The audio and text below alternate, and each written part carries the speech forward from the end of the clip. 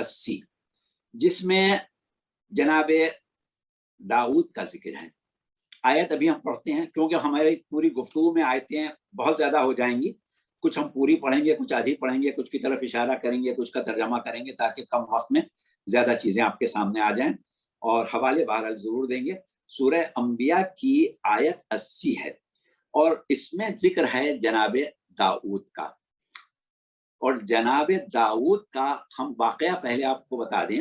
صورت یہ تھی کہ پروردگار عالم نے جناب داؤد کو بہت بڑی سلطنت عطا کی تھی, بہت بڑی حکومت عطا کی تھی, اور کیونکہ وہ اللہ کے مقرب بندے تھے. عام طور پر بادشاہوں کا طریقہ یہ ہوتا ہے کہ وہ عوام سے ٹیکس وصول کرتے ہیں اور عوام کی کمائی کے اوپر عیش و عشرت کی زندگی گزارتے ہیں. اب جناب داؤد ایک ایسی بڑی مملکت کے بادشاہ, سربراہ اور صاحب اختیار ہونے کے باوجود اللہ کے برگزیدہ بندے ہیں. اللہ نہیں چاہتا تھا کہ وہ لوگوں کی کمائی سے اپنے ذاتی اخراجات پورے کریں, اور جناب داؤد خود بھی اس بات کو پسند نہیں کرتے تھے. لہذا پروردگار عالم نے ان کو یہ ملکہ عطا کیا کہ جب لوہا ان کے ہاتھ میں آئے تو وہ نرم ہو جائے, اور اس نرم لوہے سے وہ زرہ بناتے تھے, اور زرہ بنا کے فروخت کرتے تھے, اور فروخت کرنے کے بعد اس زرہ کی آمدنی سے گزارا کرتے تھے, عوام کے ٹیکس سے گزارا نہیں کرتے تھے. تو اب دیکھیے یہاں پر قرآن میں جب اس کا ذکر ہے یا انبیاء کی تاریخ میں ذکر کیا جاتا ہے حضرت داؤد کے لیے لوہے کے نرم ہونے کا, تو بطور معجزہ کیا جاتا ہے.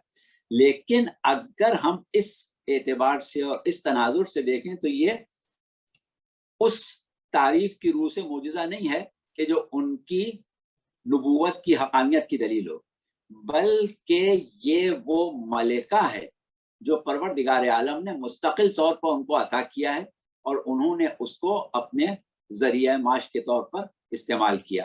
تو یہ ہمارے سامنے ایک مثال آ جاتی ہے, اور اس میں پروردگار عالم نے جو فرمایا ہے کہ وَعَلَّمْنَاهُ صَنْعَةَ لَبُوسٍ لَكُمْ لَتُحْصِنَكُمْ مِنْ بَأْسِكُمْ فَهَلْ أَنْتُمْ شَاكِرُونَ, کہ ہم نے ان کو لباس بنانے کی صنعت سکھا دی تھی.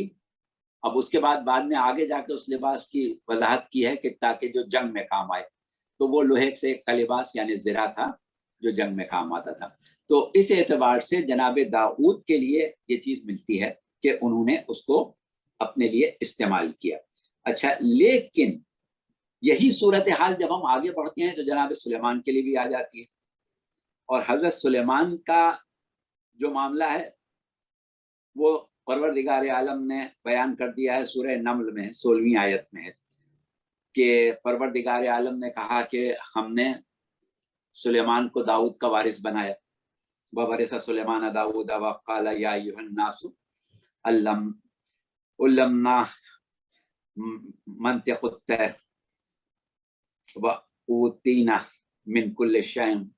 تو وہاں پر پروردگار عالم نے جناب سلیمان کے بارے میں کہا ہے کہ جناب سلیمان نے یہ کہا کہ لوگوں, اللہ نے مجھے پرندوں کی زبان سکھائی اور ہر وہ شے مجھے عطا کر دی کہ جو میری ضرورت کی تھی, اور بے شک یہ اس کا فضل ہے, اور ہر چیز میں سے مجھے اس نے حصہ دیا. تو ظاہر ہے کہ یہاں پر اللہ نے یہ نہیں کہا کہ سب کام اللہ نے کیا, کہ اللہ نے حضرت سلیمان کو عطا کیا. تو پروردگار عالم کی عطا ہوتی ہے, لیکن فیض, کمال, ارتقاء بندے کے وجود میں پیدا ہوتا ہے. اللہ نے یہ نہیں کہا کہ یہ سب کچھ میں نے کیا ہے. اسی طرح جناب آصف برقیہ کا ذکر کیا تو وہاں پر بھی من عنده علم من الکتاب کہنے کے بعد ذکر کیا کہ وہ کس طریقے سے پلک جھپکتے میں تخت بلقیس کو اٹھا کے یمن سے فلسطین لے آئے. وہاں یہ نہیں کہا کہ یہ اللہ نے کر دیا, کہا اسی نے کیا. یعنی کمال کا جو ذکر ہے وہ بندے ہی کی طرف ہے. خود اللہ نے اپنا نے عمل نہیں کہا کہ میں نے تخت بلقیس پہنچا دیا, کہا اس نے اٹھا لیا, وہ لے آیا. کیوں لے آیا؟ کہ اس کی بارگاہ خداوندی میں رسوخیت تھی. تو اس طریقے سے پروردگار عالم نے قرآن میں جو چیز ظاہر کی ہے وہ یہ ہے کہ انسان اللہ کی قربت کے نتیجے میں خود اپنے وجود میں جو کمال پیدا کر لیتا ہے وہ کمال معجزات اور کرامات کی شکل میں اس سے ظاہر ہوتا ہے. اب یہاں پر کچھ غلط فہمیاں امت میں پائی جاتی ہیں, جس کی طرف ابھی آپ نے اشارہ کیا کہ پیغمبر اسلام صلی اللہ علیہ وسلم کے بارے میں عام طور پر لوگ معجزات کے قائل نہیں ہیں. مسلمانوں کی بہت بڑی تعداد, عام سے مقصد یہ ہے کہ ایک تعداد, سب کی بات تو نہیں کی جا سکتی. مولانا ایک منٹ اس سوال پہ بھی آئیں گے, لیکن جو میں نے سوال کیا تھا کہ وہ اپنی امت کی بہتری کے لیے معجزات کرامات کو استعمال اگر نہیں کرتے ہیں تو پھر معجزات کرامات ہونے کا فائدہ کیا ہوا, اور اگر کر سکتے ہیں تو پھر کیوں نہ کیے, یہ سوال تھا نا, اس کا تو جواب ابھی تک. جی ہاں, کر سکتے ہیں اور کیے. بات یہ ہوتی ہے کہ بعض مقامات ایسے ہوتے ہیں کہ جہاں پر بندے کو اپنی بندگی کے کمال کو پیش کرنا ہوتا ہے دیگر بندوں کے لیے بطور نمونہ. بہت سے امور ایسے ہوتے ہیں کہ جو خاصان خدا کر سکتے ہیں لیکن عام لوگ نہیں کر سکتے. اب اگر وہ اس عمل کو اس لیے انجام دے دیں کہ وہ کر سکتے تھے تو دوسروں کے لیے نمونہ نہیں بن پائیں گے. اس اعتبار سے بہت سے مواقع ایسے ہوتے ہیں جہاں خاصان خدا تکلیف برداشت کر لیتے ہیں, مصائب برداشت کر لیتے ہیں, ہدیے کی شہادت برداشت کر لیتے ہیں, لیکن اپنے اختیارات تکوینی کو اس وقت تک استعمال نہیں کرتے جب تک کہ اس سے دین اور شریعت کو کوئی فائدہ پہنچانا منظور نہ ہو. اگر دین اور شریعت کو فائدہ خود ان کی تکلیف اٹھانے سے, ان کے شہید ہو جانے سے, ان کے مصائب اٹھانے سے ہو رہا ہے تو پھر وہ اس کو برداشت کر لیتے ہیں. دونوں چیزیں ہیں ان کے اختیار میں ہیں, وقت, موقع اور محل کے اعتبار سے وہ کسی چیز کو بھی استعمال کر سکتے ہیں. اچھا, اسی سے ایک سوال اور نکلا ہے. خواتین اگر آپ کے پاس بھی کوئی سوال ذہن میں آ رہا ہو اور تو آپ بھی ضرور اپنا ہاتھ بلند کریے گا, تو آپ بھی سوال کر لیجیے گا اس حوالے سے. مولانا, آپ نے فرمایا تھا کہ اللہ میاں نے اپنے برگزیدہ بندوں کو, رسولوں کو, نبیوں کو معجزات دیے. عصا جو ہے وہ مارا پانی میں تو پانی کے 2 ٹکڑے ہو گئے, تاکہ لوگ ان کی بات پہ یقین کریں, ان کی بات میں وزن پیدا کرنے کے لیے ان کو معجزات اور کرامات دیے. ایسے ہی تھا نا؟ ان کی حقانیت کے ثبوت کے طور پر ٹھیک ہے, ہاں, ان کے کوئی ایسا عمل ان کے ہاتھ سے کروانا کہ جو عام لوگ نہ کر سکتے ہوں, اس کو ہم کہتے ہیں کہ یہ اللہ کی ذمہ داری. نہیں, وہ اللہ کی ذمہ داری تو ہے. تو نہیں مولانا, وہ بات آپ کی صحیح ہے. میرا صرف سوال یہ ہے ایک چھوٹا سا, کہ یہ جو کرامات اور معجزات جو ائمہ تحریر نے دکھائے یا ہمارے رسول خدا نے دکھائے, وہ کرامات اور معجزات دیکھنے کے بعد بھی لوگ تو راہ راست پہ نہیں ہیں بہت زیادہ. اور مثال کے طور پہ میں اگر آپ کے سامنے ایک واقعہ پیش کروں جس میں حضرت علی کو گردن میں ڈال کے رسی کو اور لے گئے حضرت علی کو مسجد میں, اور پیچھے سے جب جناب سیدہ آئیں اور انہوں نے کہا کہ ابو الحسن کو چھوڑ دو ورنہ میں اپنے بال کھول کے تمہارے لیے بد دعا کروں گی, اور ان کے صرف اتنے کہنے کے اوپر ہی مسجد کی دیواریں اتنی بلند ہوئیں کہ ایک گھوڑا اس کے نیچے سے گزر سکتا تھا, اور یہ دیکھ کے انہوں نے حضرت علی کو پھر چھوڑ دیا. تو یہ تو معجزہ تو انہوں نے دیکھ لیا, لیکن ان کی حرکتیں تو ٹھیک نہیں ہیں پھر بھی. تو اس معجزہ, یہ معجزہ تھا نا ایک طرح کا, کہ دیواریں بلند ہوئی کہ نہیں؟ جی بالکل صحیح آپ فرما رہے ہیں. بات یہ ہے لیکن اس کا اثر معجزہ, جی کوئی معجزہ یا کوئی کرامت ظاہر کرنے کا مقصد یہ نہیں ہوتا ہے کہ دوسرا مان ہی لے, یا یہ سمجھ لیں کہ اس کا مطلب یہ نہیں ہے کہ دوسرا مان ہی لے گا, کیونکہ ہمیشہ سے تاریخ انبیاء اور تاریخ ائمہ گواہ رہی ہے کہ لوگوں نے تکذیب کی انبیاء کی, خاصان خدا کی, جبکہ وہ معجزات اور کرامات لے کے آئے تھے. جو کام وہ کر کے دکھاتے تھے لوگ کہتے تھے یہ تو جادو ہے، کبھی کچھ کہہ دیتے تھے، کبھی مذاق اڑاتے تھے، کبھی کسی طریقے سے اس کو ٹال دیتے تھے، لیکن اس کا فائدہ یہ تھا کہ اللہ کی طرف سے بندے پر حجت تمام ہو جائے. جو بھی پروردگار عالم ہدایت کے طور پر اور اپنی طرف سے بندوں کی اصلاح کے لیے کام کرتا ہے وہ اس کی طرف سے حجت ہوتی ہے. یعنی کل کوئی بندہ اللہ سے یہ نہ کہہ سکے کہ پروردگار تو نے میرے اوپر ایسی کوئی حجت تمام نہیں کی کہ میں ایمان لے آتا، تو نے میرے لیے کوئی ایسی ہدایت کا انتظام نہیں کیا کہ بات میری سمجھ میں آ جاتی، لہٰذا اللہ کی طرف سے تو پورا ہو گیا. اب بندہ نہ مانے تو یہ پھر بندے کا عمل ہوتا ہے. اور قرآن پورا بھرا پڑا ہوا ہے اسی قسم کے واقعات سے کہ معجزات کرامات دکھائی جاتی رہیں اور لوگوں نے اس کے اوپر یقین نہیں کیا، اس کا مذاق اڑایا، اس کا تمسخر کیا، ان کی تہذیب کی. تو یہ بات کہ اگر معجزہ ہوگا تو اس کا اثر بھی ظاہر ہوگا، یہ ضروری نہیں ہے. ہاں اللہ کی طرف سے حجت پوری ہو گئی. اب کل وہ اللہ سے نہیں کہہ سکتا کہ پروردگار تو نے میری ہدایت نہیں کی. اللہ کہہ سکتا ہے کہ ہم نے تو کر دی، اب تم نے یہ قبول کیا، تمہارا معاملہ ہے، ہمارا نہیں. تو اس اعتبار سے ضروری نہیں کہ اس کا اثر بھی ہو. اچھا، یہ وہ جو سوال تھا نا آپ کا، جو میں نے شروع میں کیا تھا کہ امت مسلمہ رسول خدا کو جو ہے وہ اپنا جیسا سمجھتی ہے، ان کے معجزات کی معترف نہیں، جبکہ وہ دیگر پیغمبروں کے معجزات کو بالکل مانتے ہیں 100%. تو رسول خدا کے معجزات کو اگر وہ نہیں مانتے اور اگر امامت جو ہے وہ رسالت کا تسلسل ہے تو پھر اس کے اندر تو وہ ظاہر اماموں کے معجزات کو بھی نہیں مانیں گے. تو اس بالکل یہی مسئلہ ہے کہ ہمارے ہاں جو صورتحال ہے وہ یہی ہے کہ بڑی تعداد، بہت سے لوگوں کی تعداد ایسی ہے کہ جو انا بشر مثلکم یوحی الیہ کا مطلب انا بشر مثلکم سے بشریت، تمام نقائص بشریت کے حساب سے سمجھتے ہیں. بہرحال یہ ایک الگ مسئلہ ہے، بڑی بحث ہے، یہ ہمارے اس وقت موضوع نہیں ہے، اس کے اوپر ہمیں بات نہیں کرنا ہے. لیکن دوسرے انبیاء جن کا تذکرہ قرآن میں واضح طور پر معجزات کے ساتھ آیا ہے، اس کو لوگ قبول کر لیتے ہیں.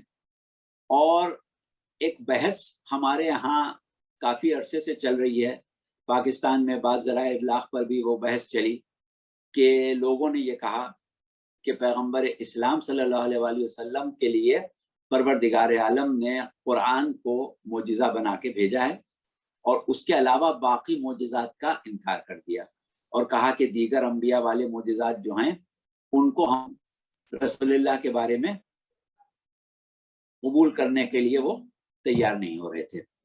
اور اس کے اوپر کافی مباحث ہوئے ہیں.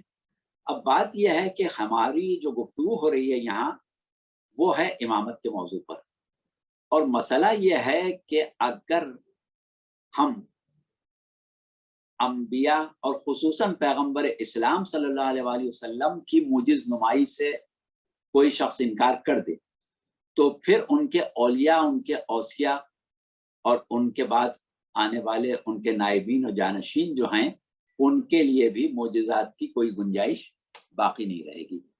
تو اس اعتبار سے ہمارے لیے بہت ضروری ہو جاتا ہے کہ ہم پہلے یہ ثابت کریں کہ پیغمبر اسلام صلی اللہ علیہ وآلہ وسلم ایک ایسے معجز نما شخصیت ہیں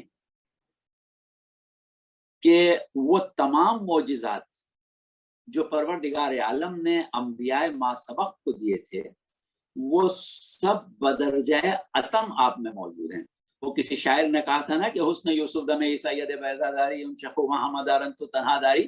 تو بات یہ ہے کہ وہ تمام معجزات جو دیگر انبیاء کو دیے ہیں وہ بنیادی اور پرائمری شکل میں تھے، اس کی انتہا پیغمبر اسلام صلی اللہ علیہ وسلم کے ہاتھ سے ہوئی. اور کوئی معجزہ ایسا نہیں ہے کہ جو پہلے انبیاء کو دیا گیا پیغمبر اسلام کو نہیں دیا گیا، یا کوئی ایسی چیز نہیں ہے کہ جو بعد میں پیغمبر اسلام کو دی گئی اور مسلسل پیغمبر اسلام سے اس کا ظہور ہوتا رہا۔ تو یہ ہم کب ثابت کر سکتے ہیں کہ جب ہم قرآن سے پیغمبر اسلام کا معجزنما ہونا ثابت کریں۔ تو اب ہمارا اگلا مرحلہ جو ہے وہ یہی ہوگا کہ ہم یہ دیکھیں کہ قرآن نے پیغمبر اسلام کے بارے میں کیا فرمایا، قرآن نے آپ کو کس مقام و مرتبے پر دکھایا، قرآن نے آپ کے لیے کس طریقے سے معجزات اور کرامات کا تذکرہ کیا ہے۔ تو اس کو سمجھنے کے لیے ہمیں ذرا تفصیل میں جانا پڑے گا، اور آپ یہ جانتے ہیں کہ دنیا کا کوئی بھی ایسا دین اور ایسا مذہب نہیں ہے کہ جس میں خاصان خدا کا تصور نہ ہو۔ اگر ہندو دھرم ہے، بدھ مت ہے،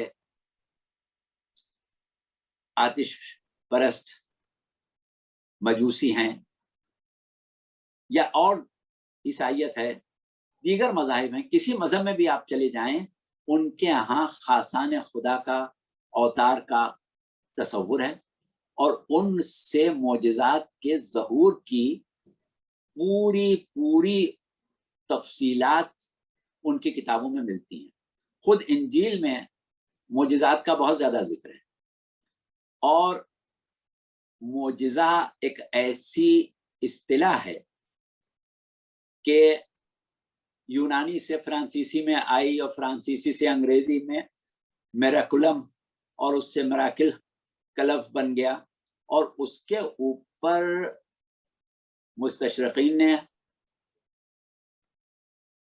مغرب کے دانشوروں نے، مختلف لوگوں نے بہت کچھ لکھا اور معجزات کا بہت زیادہ تذکرہ کیا۔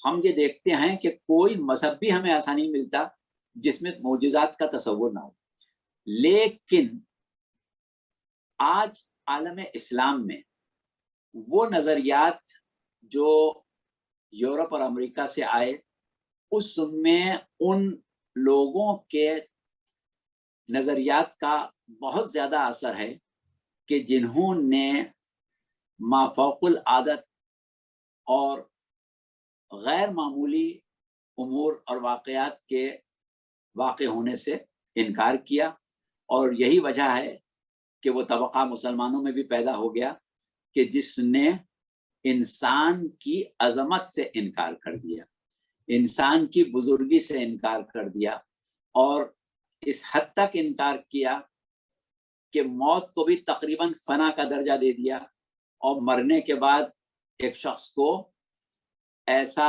بے بس اور ایسا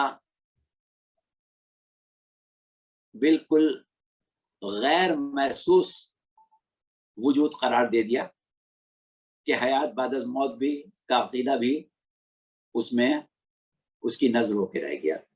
تو اب ہم یہاں پر یہ بتائیں گے کہ قرآن میں پروردگار عالم نے یہ لفظ معجزہ استعمال کیا یا نہیں کیا، اور نہیں کیا تو اس کی جگہ کون سے الفاظ استعمال کیے۔ تو بات یہ ہے کہ معجزہ جو ہم اردو میں یا فارسی میں استعمال کرتے ہیں، اس میں شک نہیں کہ عربی زبان کا ہی لفظ ہے، اور عاجز کر دینے والے امر کے معنوں میں استعمال ہوتا ہے، یعنی جس سے دوسرا شخص جس کو انجام نہ دے سکتا ہو۔ لیکن قرآن میں کہیں بھی لفظ معجزہ استعمال نہیں ہوا ہے، اس سے بھی لوگوں نے ناجائز فائدہ اٹھایا ہے۔ قرآن میں معجزے کے لیے کبھی آیت کا لفظ آیا، کبھی بینہ کا لفظ آیا، کبھی فرقان کا لفظ آیا، کبھی برہان کا لفظ آیا، لیکن زیادہ تر جو لفظ آیا وہ آیات اور بینات آیا۔ تو اب ہمیں دیکھنا یہ ہے کہ آپ کوئی لفظ بھی استعمال کریں، مفہوم کیا ہے۔ لفظ آیت قرآن میں بہت زیادہ استعمال ہوا ہے، لیکن وہ لوگ کہ جو معجزات پیغمبر اسلام سے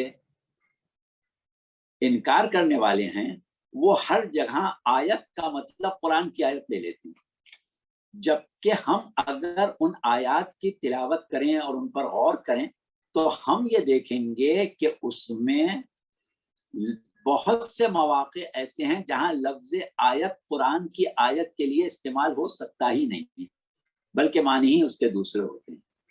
کہیں لفظ آیت جو ہے وہ پروردگار عالم ان امور کے لیے استعمال کر رہا ہوتا ہے کہ جو قدرتی طور پر پروردگار عالم کی خلاقیت کا ثبوت دے رہے ہوتے ہیں، جیسے ان فی خلق السماوات والارض واختلاف اللیل والنہار لآیات لأولی الالباب، بے شک زمین و آسمان کی خلقت میں اور رات و دن کے آنے جانے میں صاحبان عقل کے لیے آیتیں ہیں۔ تو ظاہر ہے یہ قرآن کی آیتیں نہیں۔ تو اسی طریقے سے پروردگار عالم نے انبیاء کے لیے جب معجزات کا تذکرہ کیا تو کبھی آیت اور کبھی بینہ۔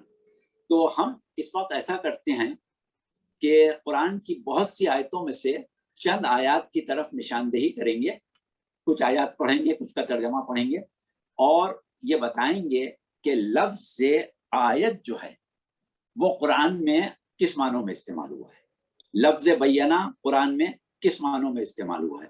اور جب ایک مرتبہ اس کا مفہوم اور اس کے معنی واضح ہو جائیں تو پھر یہ دیکھیں گے کہ پیغمبر اسلام صلی اللہ علیہ وآلہ وسلم کے لیے یہ الفاظ کس طرح استعمال ہوئے ہیں، کتنا استعمال ہوئے ہیں اور کس حیثیت سے استعمال ہوئے ہیں، تو پتہ چل جائے گا کہ پیغمبر اسلام کس طریقے سے اپنی حیات میں اور آپ کے بعد جو آپ کی بعثت کا فیض ہے اس کے تسلسل میں معجزات کے حامل ہیں۔ تو اگر اور کوئی بات آپ کو پوچھنا ہے تو پوچھ لیں، ورنہ ہم اس سوال کو پھر تفصیل سے آگے بیان کریں۔ نہیں، اس سوال کو آپ ذرا کر لیں 12-15 منٹ کے اندر، اس کے بعد پھر ایک سوال اور بھی ہے لیکن اس کے بعد کا ہے وہ سوال، پہلے نبوت کی تو معجزہ ہونا ثابت ہو جائے نا۔ ٹھیک ہے، ٹھیک ہے، تو ہم اس بات کو آگے بڑھاتے ہیں اور دیکھیے پروردگار عالم نے قرآن میں کون سے الفاظ استعمال کیے جس سے ہم لفظ معجزہ اخذ کر سکتے ہیں۔ تو ہم پہلے سورہ اعراف کی ایک آیت کی طرف آتے ہیں اور اس میں ذکر ہے قوم سمود کا اور جناب صالح کا ذکر ہے۔ تو وہاں پر پروردگار عالم یہ ارشاد فرماتا ہے، ہاں وَإِذَا سُمُودَ أَخَاهُمْ صَالِحًا قَالَ يَا قَوْمِ اعْبُدُوا اللَّهَ مَا لَكُم مِّنْ إِلَٰهٍ غَيْرُهُ قَدْ جَاءَتْكُمْ بَيِّنَةٌ مِّن رَّبِّكُمْ هَٰذِهِ نَاقَةُ اللَّهِ لَكُمْ آیَةٌ۔ پھر اللہ نے سمود کی طرف ان کے بھائی صالح کو بھیجا اور انہوں نے کہا کہ اے میری قوم، اللہ کی عبادت کرو جس کے سوا کوئی معبود نہیں ہے، اور تمہارے پاس تمہارے رب کی طرف سے بینہ آ گیا۔ یہ اونٹنی جو اللہ کی خاص مخلوق ہے، ہذہ ناقۃ اللہ، یہ اللہ کی اونٹنی یعنی اللہ کی خاص مخلوق، یہ کیا ہے؟ یہ تمہارے لیے آیت۔ تو اب دیکھیے اللہ کا خاص عمل تھا کہ ایک ایسی اونٹنی خلق کی کہ جو عام طور پر خلق نہیں ہوتی، اور اس کا وجود جناب صالح کی حقانیت کی دلیل بن گیا۔ اس کے لیے پروردگار عالم نے دو الفاظ استعمال کیے، بینہ اور آیت۔ ایک دفعہ بینہ کہا اور ایک مرتبہ آیت کہا۔ پھر اللہ نے جناب موسیٰ کو آیتوں کے ساتھ بھیجا فرعون اور اس کے ساتھیوں کی طرف، اور وہاں پر بھی جناب موسیٰ کوئی توریت لے کے نہیں آئے تھے، آیتیں لے کے،